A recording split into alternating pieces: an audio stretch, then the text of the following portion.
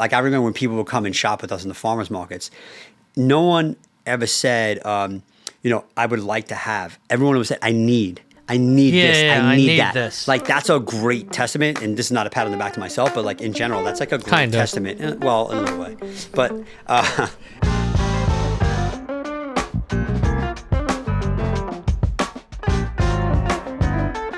welcome back to Industry Only, the cheese store. I'm Andy. I'm here with Dom as usual. There's no food because Dom apparently is fasting. You're not like sticking needles in yourself or anything like that? No way. No. Okay, Dom's just like off the No carbs. shortcuts. Yeah, Dom's just off the... Yeah, I mean, that. No shortcuts whatsoever. We're winding up on the end of the season, the end of the year, so I thought this would be a good time to do a year-end thing and talk about some of the best new restaurants in Los Angeles.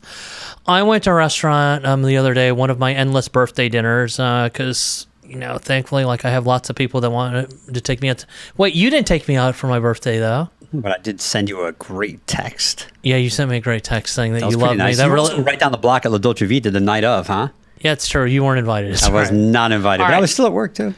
So I went with a friend to Etra. I know you haven't been there. I think you would like this restaurant a lot. It's a New York restaurant, people. It's got a New York, it's got like a New York, almost like a downtown sinister chic type vibe in terms of the moody lighting and all that. But it's also just like comforting, simple, unfussy Italian food. There's a great spaghetti pomodoro. There's a good vongole pasta. There's scampi. There's sourdough toast with. Is it like a New York Italian kind of spot? No, it's not. It's traditional Italian. No, it's not. Food? No, it's like new school Italian. Yeah. So like sourdough toast with burrata and botarga, right? Right. And the pastas are solid. So I recommend you going there. It's good for a date night. But we were there. The table next to us was 6 people, including 2 young children. So it just works. But I know what like a New York downtown neighborhood restaurant feels like. This is one in Melrose Hill. So I recommend that one. And then I'm going to tell you about some other places that I know there's zero chance that you've gone to because you don't really go to neighborhoods like Thai Town. So we're going to make this really simple. We're going to make a list right now of the best new restaurants that carry Dom's product. No, it's not just about... Hold on. No, but he goes to these restaurants, though. But it's not just about... That's fine. It's not just about what? But no, I was going to say, so it's not just about who I sell to, but what it is about, though, is honestly, like you go to all of these new places. First of all, you get invited. And if you don't get invited, you still show up. And you're basically literally at the forefront of all the new restaurants that are opening. So I hear from all these other places or all these other people of what's opening and stuff. So I actually really do look to you to kind of keep me informed and keep me in the loop. Yeah. Okay. Well, no, I appreciate that. But that's a major comment, by the way. In terms of and you don't like to give compliments. I hate to give compliments, so especially to you. In terms of the places that are new or have been redone, let's talk about Joe Garcia and the restaurant at the Hotel Bel Air. What's going on there? What are you selling? But what is he doing that's so great? So look, I mean, yes, we sell a bunch of cheeses and cured meats and things like that, truffles and stuff like that to him. But I have to say, like, I never really, like, I experienced Joe's food when he was at Bicicletta and I thought it was amazing. But like, he was kind of working under Walter and he had a menu that he was overseeing and some of that influence was him. A lot of it was Walter. So I never really had the experience of tasting his food outside of Bicicletta. And then I also... Wait, is that how you pronounce that restaurant? I didn't know that. Is that the French? Is it bicycle? Is it a biciclette? I have no idea. Oh, okay, no, don't look to me to pronounce anything. All right, so say it your way again? No, wait, biciclette. Okay. Biciclette. I'm going to say biciclette. Biciclette. Okay, so you ate Joe's food at Walter Mansky's restaurant.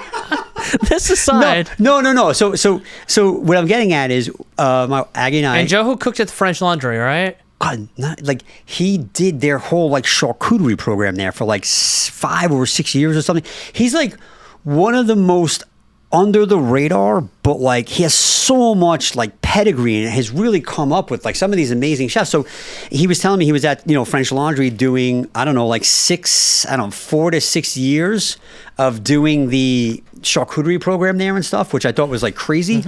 And so when we actually went there, I went there for our anniversary, and it was Aggie and I celebrated. I forgot what anniversary it was. Sorry, Ag. But we went there just this past August, and it was like really he finally got like nestled in, and he was kind of doing his thing. So we went there, and he was like, like what you pray every chef asks for. I was like, hey, like, can I just cook for you?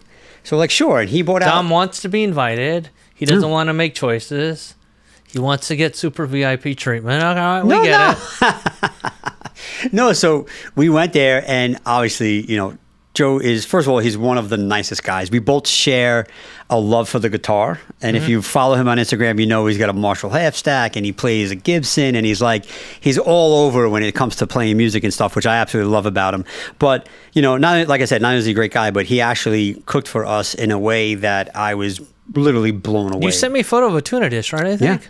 Yeah, well, tell me about that. He did a tuna dish that was poached in, I don't know. Honestly, Andy, you put me on the spot. I don't remember it, but it was so good. He did tuna like a few different ways, like just all the little appetizers, and he did like a little caviar and an egg, and and also too, like when you do those tasting menus, you don't typically leave like very hot, you don't typically leave very full. Yeah. It was so perfect. The level of service was amazing. We did the wine pairing. You have to, like, if you're going to do it right. Like, get the tasting menu and just get the wine pairing also. So the Sam was great, came over to the table, like literally a welcome thing of champagne, a little caviar to start.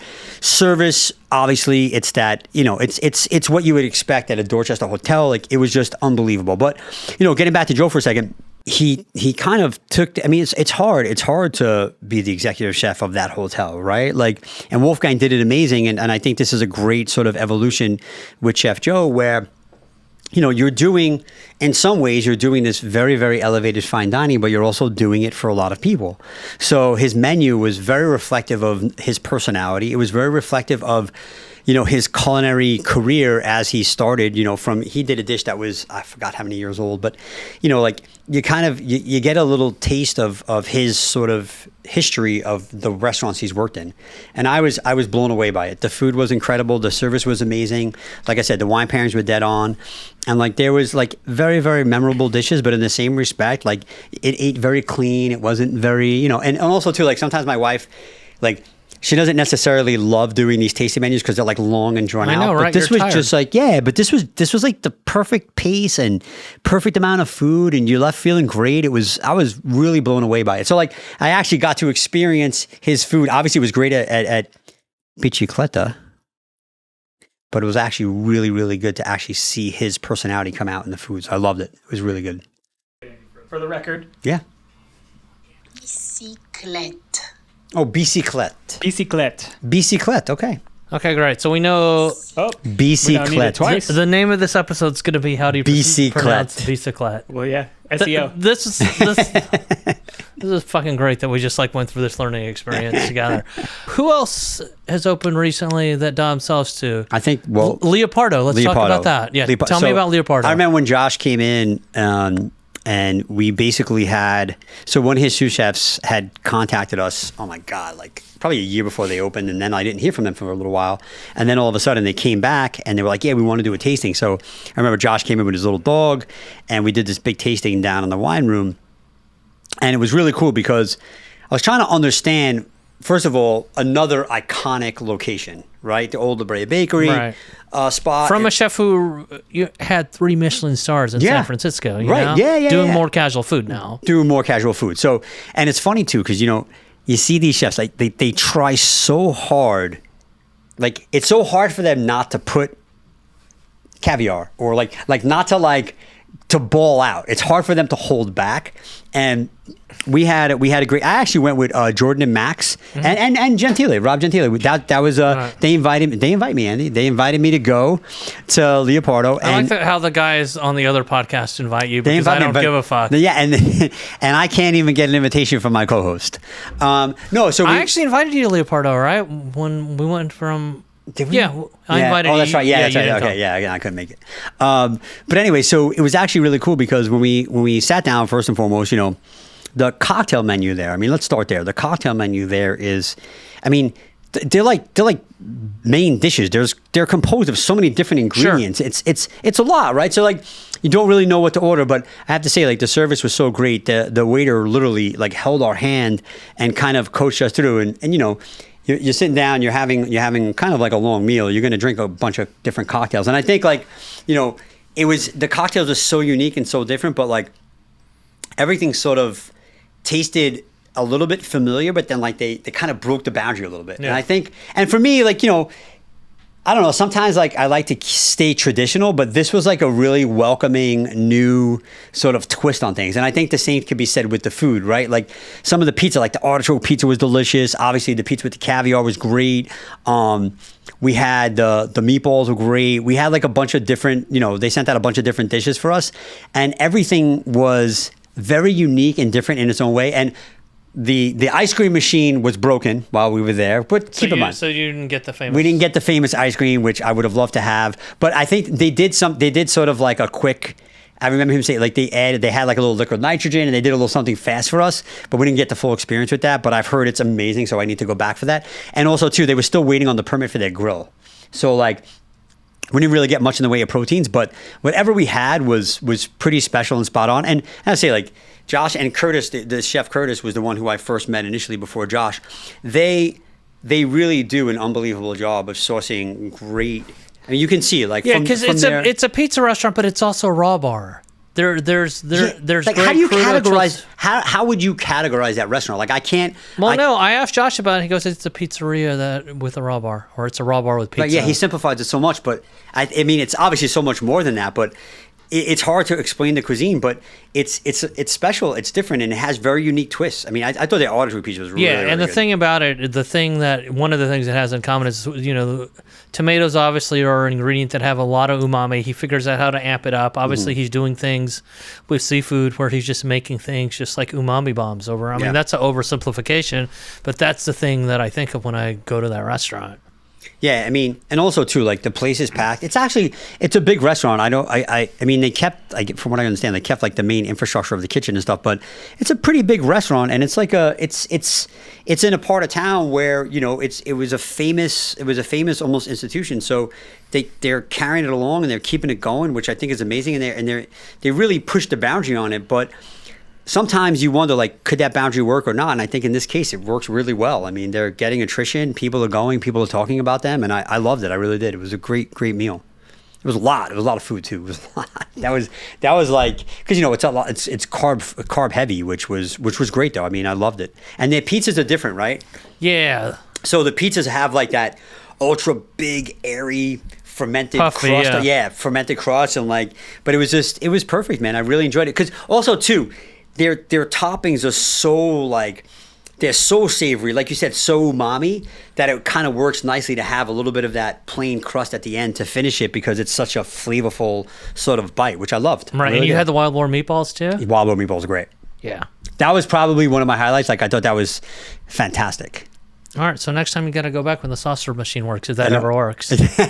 I mean, if that ever works anywhere besides McDonald's. All right, so you're mentioning Rob Gentili. Tell me what's going on with Stella West Hollywood. Oh, man. So we went Rob's been on this podcast. Rob's been on the podcast. We absolutely love him. Went to the soft opening of Stella. And I'd say, like, from the get-go, the start, the restaurant, I mean, the design of the restaurant was absolutely beautiful. It's a massive restaurant, but it's also cozy. In a lot of ways, I actually compared it to the store because, you know, like, I felt like I walked into, like, this old-school restaurant, especially when you're downstairs. Like, how do you not think of Medeo's? Like, it's cozy. The booths are cozy. You like the downstairs? No, I love the downstairs. I love the downstairs. Downstairs is great. I mean, the upstairs is great too, but like, it definitely has a different feel. One's not better than the other. It's just different. But I love any time where you can walk down into a restaurant. It just reminds me of New York City. It reminds me of, you know, the way I grew up and stuff. A lot of the restaurants are downstairs in the basement. And for me, just walking down. Right, but this is fancy though. It's fancy. There's no doubt about it. It's fancy. And like, look, like the service is, and I kid him. I'm like, bro, you have so much service here, but it all makes sense. A lot of what they do, the tableside experience. Like, I mean, I had a martini. The guy bought me like 3 different types of olive oil to put in my like, it was just over the top service, which was special though, because, you know, it's nice when you get to go to a restaurant, and, you know, we spoke about this on when he was a guest, but like, a lot of those items on the menu, you need someone to help translate for you, you know? So he's almost inviting you to ask questions. He's almost inviting you to partake in the service. And I think that is like, that's something to me that, you know, not a lot of restaurants, I mean, look, like, yeah, it's all about customer service stuff, but not a lot of restaurants go to that depth And to that extent of like, man, like there's a lot of questions to be had on that menu. But Well, yeah, because even to somebody like you, some of the pastas aren't that familiar. So Right. did he serve you pastas that you had never known existed, or tell me about that? no, so like, I mean, yeah, there was probably like, I'd say 1 to 2 pastas that I've never heard of, but also too, like, let's remember, they're variations of things that probably come Right. from different areas, Of but course. he's very indigenous to the town, like not even not even the province, but the town and where their pasta is made. And I think that is like, that is next level. And also too, to sit downstairs in that basement and see that whole pasta lab that he has going on, and to watch them, make all the crazy versions of pasta that he has. That was cool. And also too, just to see the kitchen. I mean, you feel the fire from the wood burning ovens and the pizza oven, like, and just to be involved in that, I think that there's something special down in that basement that just, you like. I feel like I'm a part of the show. Yeah. Oh, and also the pluma pork. Yeah, the Iberico pork. So people love that dish. Oh man, I have to tell I you, prefer the pastas to that dish, but I think the Iberico pork pluma, that's the number one crowd pleaser in the restaurant. I mean, look, Rob's an amazing Italian chef, so I just go there and I just want to eat pasta, but everybody else talks about the pluma. I have to say, and maybe because I don't think I mean, yes, I could say this. Like I don't think I've ever had the Iberico pork cooked like that. Obviously, I've had the hams and stuff like that, but the way he does it, like with the fennel pollen and Right, you've got pata negra somewhere hanging out here, yeah, right? we have it all over the room. Yeah. But like for the way he cooked it, and like it's different. The flavors are like a little bit sweet, but then you taste the anise, like the fennel seed, and like I just thought it blew me away, and it was obviously cooked perfectly. You could taste the wood on the and just the flavor from the wood and stuff. Like I was blown away by that for sure. And also, let's not forget Dom. His desserts are through Yeah, the other Dom. the other Dom. The greater Dom. Yeah, he No, has his more des- hair. He's probably taller than me His too. desserts are crazy because they're all like museum pieces. Yeah, tell me. Bro, so we finished this crazy meal. It was so full. I mean, we've all had drinks. And then all of a sudden, like we're so full, and then Dom brings the entire dessert menu. Yeah, he likes to do that. And I was like, and the cassata, and then he did like the sfiadello with the whatever. I To be forgot. clear, he likes to do it for VIPs like Dom. Not everybody gets this. Bro, but like, and even the ice cream, the gelato that he made was a pistachio gelato with like some strawberry. Like, it was just like one hit after the next, and I'm just like, holy hell! And then of course Chef Sarah. No, it's a dream amazing. team there with Sarah and Rob. and It Dom. really is, man. It really is, and then when you get to see like everything sort of functioning, and a lot of people gone back since, and the crudo. You can't forget the bronzino. Right. The bronzino crudo with the Meraviglia olive oil was another. That's the another table hit. side one, right? Not only table side, but like he has the salt, and he's like shaving the salt on top. Just it's like we were talking about. Like, Do you miss the old Medeo at all? Did you care about that restaurant? I did. I did. I do miss it. I full transparency. I still haven't been to the new one, but like I have to say, like I love the fact of that traditional Italian that Rob's doing, and I love the iconic space that he's doing it in, because it just feels right and cozy, Yeah. So like it's not a I don't know, like it's Yeah, you know what? It's a big restaurant, but he doesn't make it feel cozy because there's the different areas. You can sit at those tables right by the kitchen, or you can sit in the back and feel like you're in your own little annex. It is. It's amazing, and yes. Is the restaurant allowed? Of course, but to be honest with you, like I kind of like that. There's a time and a place. Sometimes you want to go somewhere quiet. A Sometimes lot of you want to times go you somewhere want loud. to go somewhere loud. You want to be out of your loud element. And the people watching. I mean, the celebrities walking in and out of that place, and just the people watching in Well, the general. handbag watching. Yeah, even, the handbag. The handbag, the watches. But I mean, it's iconic, and I think they're doing a great job there. I really do. And I think that that's like a nice little sort of, not little, but it's a nice addition to the city of West Hollywood, where they kept that space alive, and you can feel it. It feels energetic. Right. Okay, let's talk about somebody in Santa Monica that you sell to, and this is somebody who's also been on the podcast. Tell me what Sean McDonald's doing at Burgett and why you like that Burgett. place. Not only is it some of the best burgers, but first of all, I love Sean for what he does. Like, so the champagne list there Yeah. is special, man. And like, nothing hits home for me. Like, you take something so cozy and so comforting like a burger, and then you pair that with like an amazing champagne, and you have that little champagne room in the back. And I remember thinking to myself, so one night before they opened Burgett, we went to Monette, and we had Bar Manette next door. His I pizza actually place. ran into you that night. Yeah. Oh yeah, that's right. And so we go there, and he's like, "Yo, I want to show you my next project." So we go into the next space, and I'm just like, dude, like, crazy. Like it just looked like that, like a rundown bar, right? But then he had the room on the side. He's like, yeah, I'm gonna make this a champagne room and stuff. And then I started like, wow, like yeah, like I can kind of see that, and especially with his touches, right? So like he's using 30-month Compton, right? Like he's doing all these things that really you want to have a glass of champagne with. Is that cheese from you? Of course. Yeah, okay. That's why you're mentioning it. No, but just to the caliber of what he's doing, like that's pretty special. Right. So like he's elevating that comfort food game, but he's doing it in a way where, you know, throw it with a glass of champagne and all like it's like it's French, but it's not heavy French because he has the little touches of him and his personality on the menu. So another great little spot. And also too, it's not like it's a spot you keep going to. Yeah. It's not like, oh, I've been there or whatever. I'll go back in a few years. It's like a Parisian-style burger bar. You can go there all the time. I mean, the burgers are pretty over the top, but... They are, but you could eat it often. And I love the fact that, like, you know, like I said, his personality sort of it affects a lot of the menu, and there's little flares of things. Well, that it's stylish. You don't want to sleep on. It's his personal style. Yeah. Like he designed all that stuff himself, essentially. You know. Yeah. Great. It was another great meal. But like I said, just whacking back some champagne is the way to do it. Yeah. So, is there any place that you sell to or you don't sell to that you really like? Is there any place you want me to take you to? Like, what's going on? So I want to broaden my horizons. Okay, that means I want to go east of La Cienega. You keep saying that. No, but I really do, Andy. I'm being serious. So, like, I would love to go. First of all, like, obviously, like, the San Gabriel Valley is like a whole nother thing. But like, I would love to. No, I'm serious, bro. But like, because there's like, let's start with East Hollywood. Yeah. And we'll work our way. So I know West Hollywood, East Hollywood. Okay, I know that you at least can figure out like the orientation of that. Right. And I got you. And then maybe we'll keep going. Right. So I mean, yeah, like I don't know. There's so many new places opening up and things like that. But also, I would like to hear a little bit about some of the places that you're excited about that you've gone to this year. That I don't know, because like it's got to be hard to impress you because you do this. I mean, we both do this for a living, but you really do this for a living. So it's like, how do you?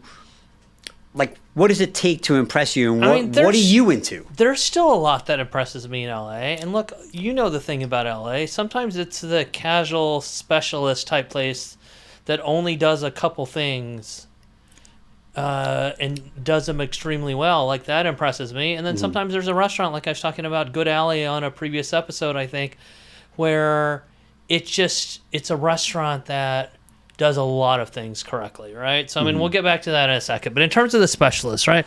Last year, there was a restaurant that opened called Heng Heng Chicken Rice in Thai Town, and it serves chicken over rice, right? And you can get it fried. You can get the more typical steamed, but they also do more than chicken. So you could get fried fish. You could get this crazy good pork belly over rice. And, and the rice is cooked with the chicken fat. So it's like, it's like schmaltzy rice, essentially, right? Or the broth is like the best thing that you'll eat, the most comforting. So that was last year. This year, there's a restaurant called Roast Duck by Paord, which is, of course, a spin-off of Paord, which actually I think has 10 sister restaurants because of how prolific they are. This one just serves roast duck, and it may not be what you're thinking. It's not the crispy duck. It's not a Peking duck. It is just like a perfectly roasted duck where there's meat and fat in every bite. I mean, it's obviously like rendered, but there's a good amount of fat, and they pull all the meat off the bones. It's so luxurious. All the dishes are like $17. There's so much technique. Right. They pull the meat off the bones, and they use it for duck fried rice, or just roast duck over rice or noodles, or this intensely spicy duck curry or spicy basil duck grapao. And it's one of those things where they're just using the whole duck. So they use the bones, and they make some of the most soul-warming soup that you've ever had. And pretty much every dish is under $20. Duck pad sayu, and there's a few non-duck things on the menu. But honestly, when I go there with a bunch of friends, as I did recently, we'll just order like 5 people, 7 different duck dishes, and they all taste similar, but they all taste like this duck that's just as good as anybody else's. Right. Are you drinking something with that? They don't have any booze there, so you're drinking Thai tea. You're drinking chrysanthemum tea. Yeah. And the service and the kitchen, they're just so old school. These people who are there have probably all been in the restaurant business for decades, in some cases maybe half a century. and they're just super, super efficient operators, no frills, crazy takeout operation. One of the nuttiest parking lot situations you'll ever be in, because people are always trying to pull in for takeout and they're blocking all these cars. If you think like a Trader Joe's parking lot, like imagine something like 1/30th the size of a Trader Joe's parking lot and a crush of takeout orders, and then and then a full restaurant. But there's a sign that's like bigger than the restaurant. It's wild. Yeah, Gabe, you should go look up the sign and like put it on YouTube, because the sign itself is. So I like that. There's another Thai restaurant that just opened from the Love to Eat people. I think they're calling it Thai Street Food by Love to I Eat. think I've read about this. Yeah, a lot of people are going there. That one, you just go to the steam table, and you're like, oh, there's tom yum with a good amount of chicken and chicken fat. There's a yellow fish curry. There's, braised pork belly. There's all these curries. You pick a few dishes, and it's like $20. So again, so I get impressed by stuff like that. Yeah. And then we're talking about Good Alley. But that's also that's authentic too. Like that sounds very authentic for me. Like I would love to have that experience also. Yeah. But we got to get a place. Yeah, and then Good Alley and Rosemead from the Jirong people. Jirong's a Peking duck restaurant, but Good Alley serves Chinese hamburger, serves xiaolongbao, serves Szechuan style cold dishes. Mm-hmm. It just it just sort of runs this gamut of being able to hit a lot of things. We talked a little bit about Etra. I like Leopardo and Burgette and Stella too. I think we were talking about pizza a few episodes ago. I think you should go to Ozzy's a Pizza in North Hollywood. Yeah, I heard great things about those guys.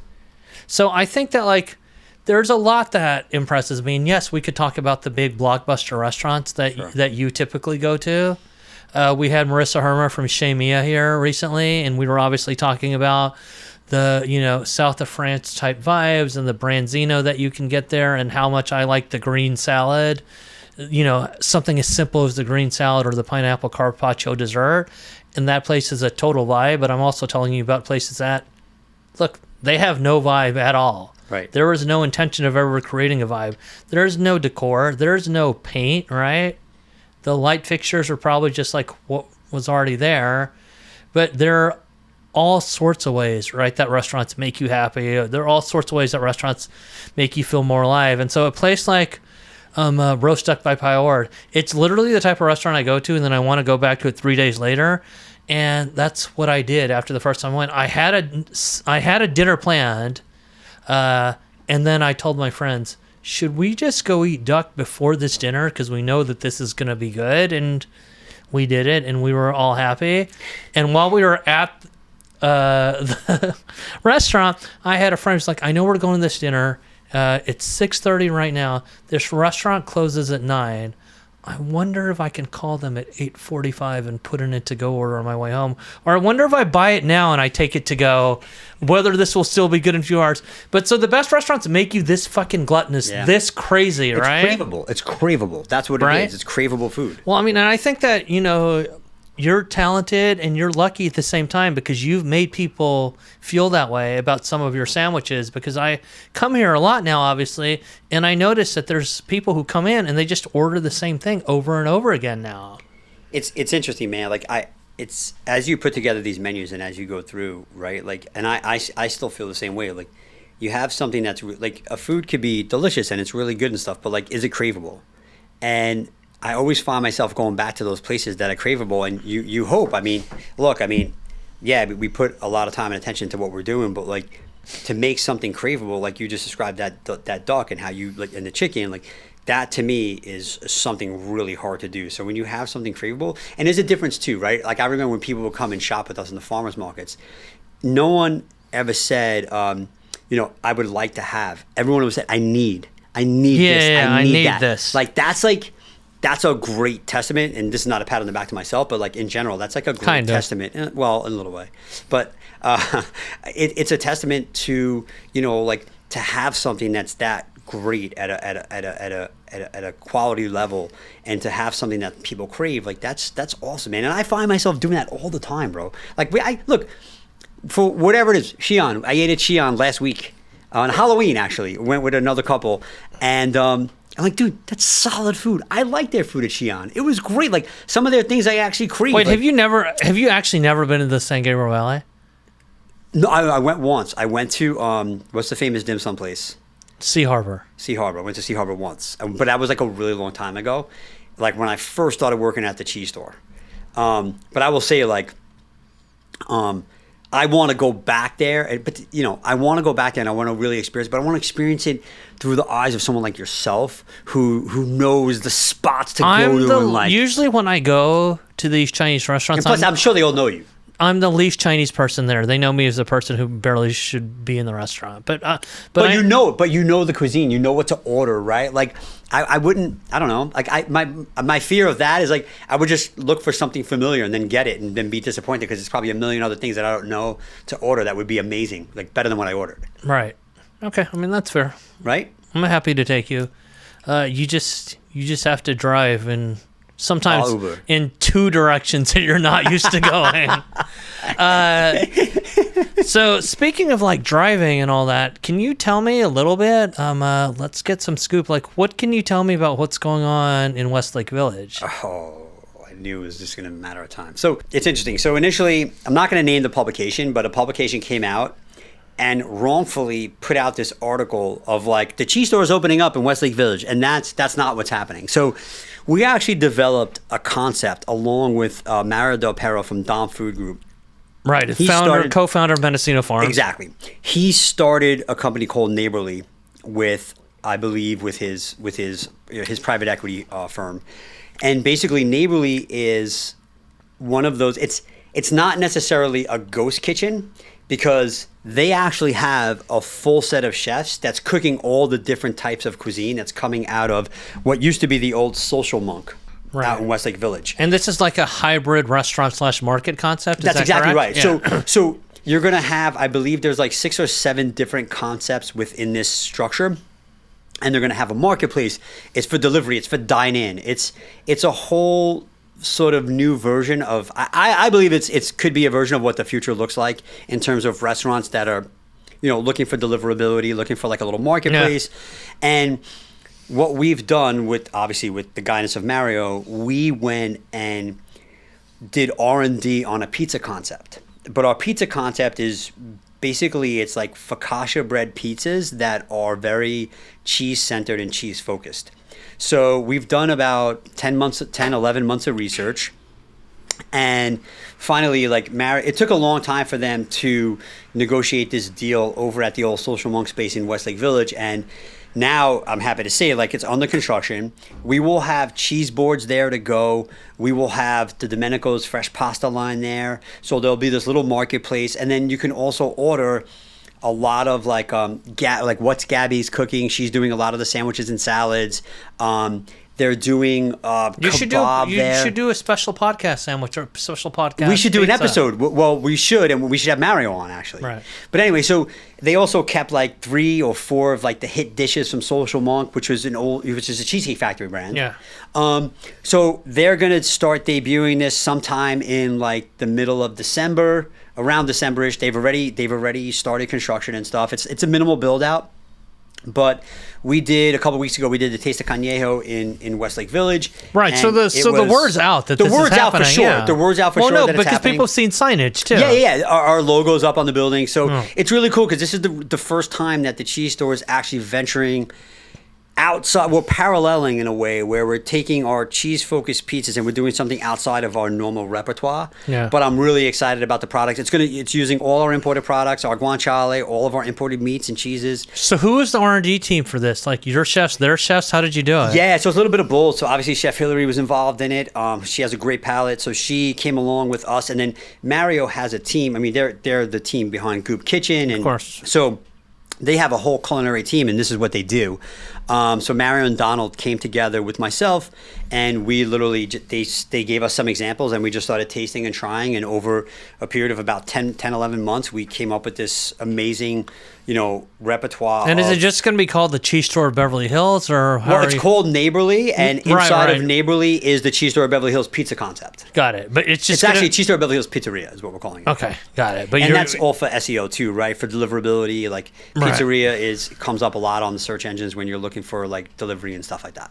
So I'm actually really happy because my in-laws live in Agora, and what was funny was I kept getting phone calls from people like, "Oh my God, I heard you guys are moving to Westlake. I heard you open another place," and I'm like, "Well, no, but."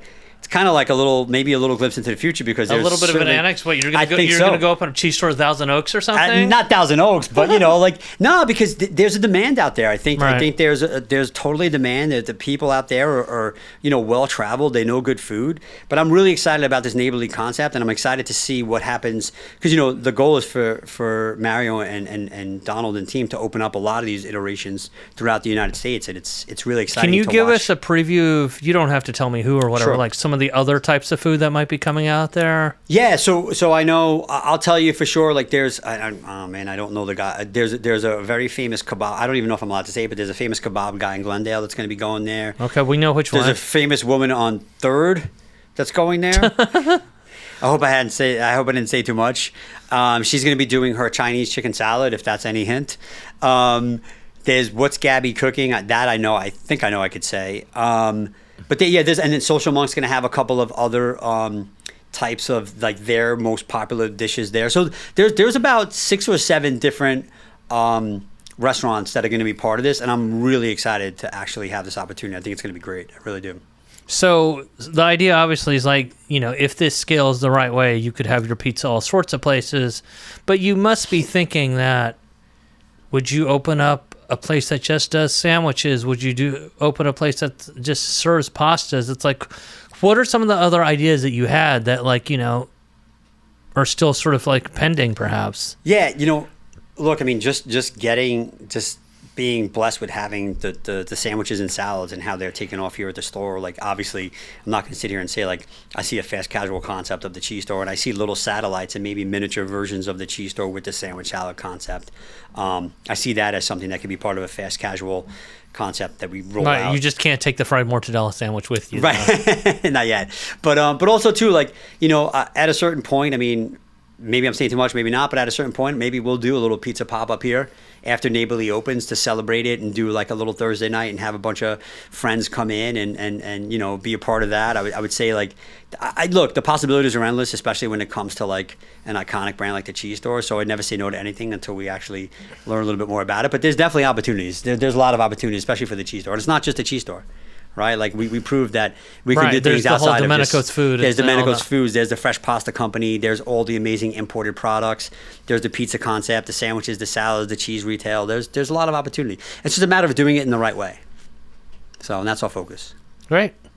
All right. Well, I mean, it's been a okay second season of this podcast. I have to say, I'm going to interrupt for a second. I'm going to say, you know what, Andy, like, this was it's great because I feel like we've both grown over the past year of doing this. Have we? I think so, man. And I gotta How say, have we grown? it's so much fun, and I love listening to you interview, and I love the questions you ask, and also too, like, the knowledge that you have of not just LA-based food, but LA-based chefs, but like outside of that, and the events that you're throwing, industry only, getting bigger. Like, it's amazing, bro. So congratulations on all your success too, and I'm looking forward to doing another season and making it better than the last two. Okay. So, all right, maybe we'll do industry only at Neighborly. I would next love to year. do that. And dude, we should do like some kind of, I don't know how fun it would be, but I feel like we should do like little things of maybe doing something at Chow Now. I know it's busy and crazy there, but figuring out a way to do something fun where we just get like, I don't know. We got to think about it. Okay. Think about something fun. All right, yeah, we'll let some of the people who work on this podcast come up with their own sandwich too. So it can't be any worse than what you It's going to already be have. vegan lettuce wrapped with, What? No, I think that's it. Just vegan, just lettuce, maybe. Yeah, just it's lettuce. just the lettuce. It's just lettuce But it's rolled up. on a big bowl, and it's just one little piece of like butter lettuce just sitting there. Now, I Yeah. am curious, though, because no. you said we've been working on this pizza concept for, 10, 11 months of doing R&D?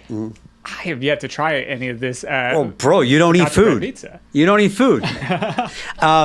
Yeah, no, it's been about 10, 11 months. We were doing it like shortly after we opened here. I'm really excited to try it. Something incredible. It's gonna be great. Yeah. I'll bring some stuff here. Well, we're gonna do a pop up here. I promise you. Well, you guys want to do one little audience write-in just to Yeah. celebrate the episode before we get out of here? This was someone had written in after the Marissa episode dropped, and it's, I think, relevant because of you guys have also today been mentioning soft serve ice cream machines. Breaking down. We all know, and you guys know, I'm sure familiar that it's almost a meme at this point that McDonald's cannot keep their soft serve machines open. Right. So someone wrote in after the Marissa episode and said, are you guys familiar with McBroken.com? Have you heard of this? No, tell us. Okay, so McBroken.com, apparently a software developer got really frustrated with how often McDonald's soft serve machines were closed, that he created this website that tracks the status of every single McDonald's soft serve machine to tell you before you go to your local McDonald's whether it's open or not. Currently, the stats are that, okay, this has gone down actually. 14% of McDonald's soft serve machines throughout the country are broken down right now. 32% of New York's McDonald's don't have a working soft serve machine. Let's see, LA, 17.9% of them are out of commission right now. Really funny too. The last thing on this is that apparently Wendy's has sponsored this website because Wendy's shows up. They show the Wendy's logo anywhere where there's a broken soft serve machine, McDonald's soft machine. Yeah. To show you where the closest working one is. Oh, that's So, great. That's genius. I just wanted to share that. That is amazing. So, that's it. Congrats on another amazing season, guys. Looking forward to more. Thank you. I love McBroken, but I love the fact that Wendy's is right behind there, getting all the soft serve business. No, what I love is just like the sassiness also, just because of all these fast food brands realize that they can just pop off on each other on social media now, so that part's fine. It's great. It's almost like the Coke Pepsi back in the day. Yeah. So wait, 17% you said? 17% in LA right now. Yeah. In LA, highest, huh? Okay, but that means 83%. Oh, working. Yeah, so you know what? This is just people All complaining. BS, yeah. And there's McDonald's on every corner, so you're right. Yeah. All right. Thanks for joining us at Industry Only at the Cheese Store.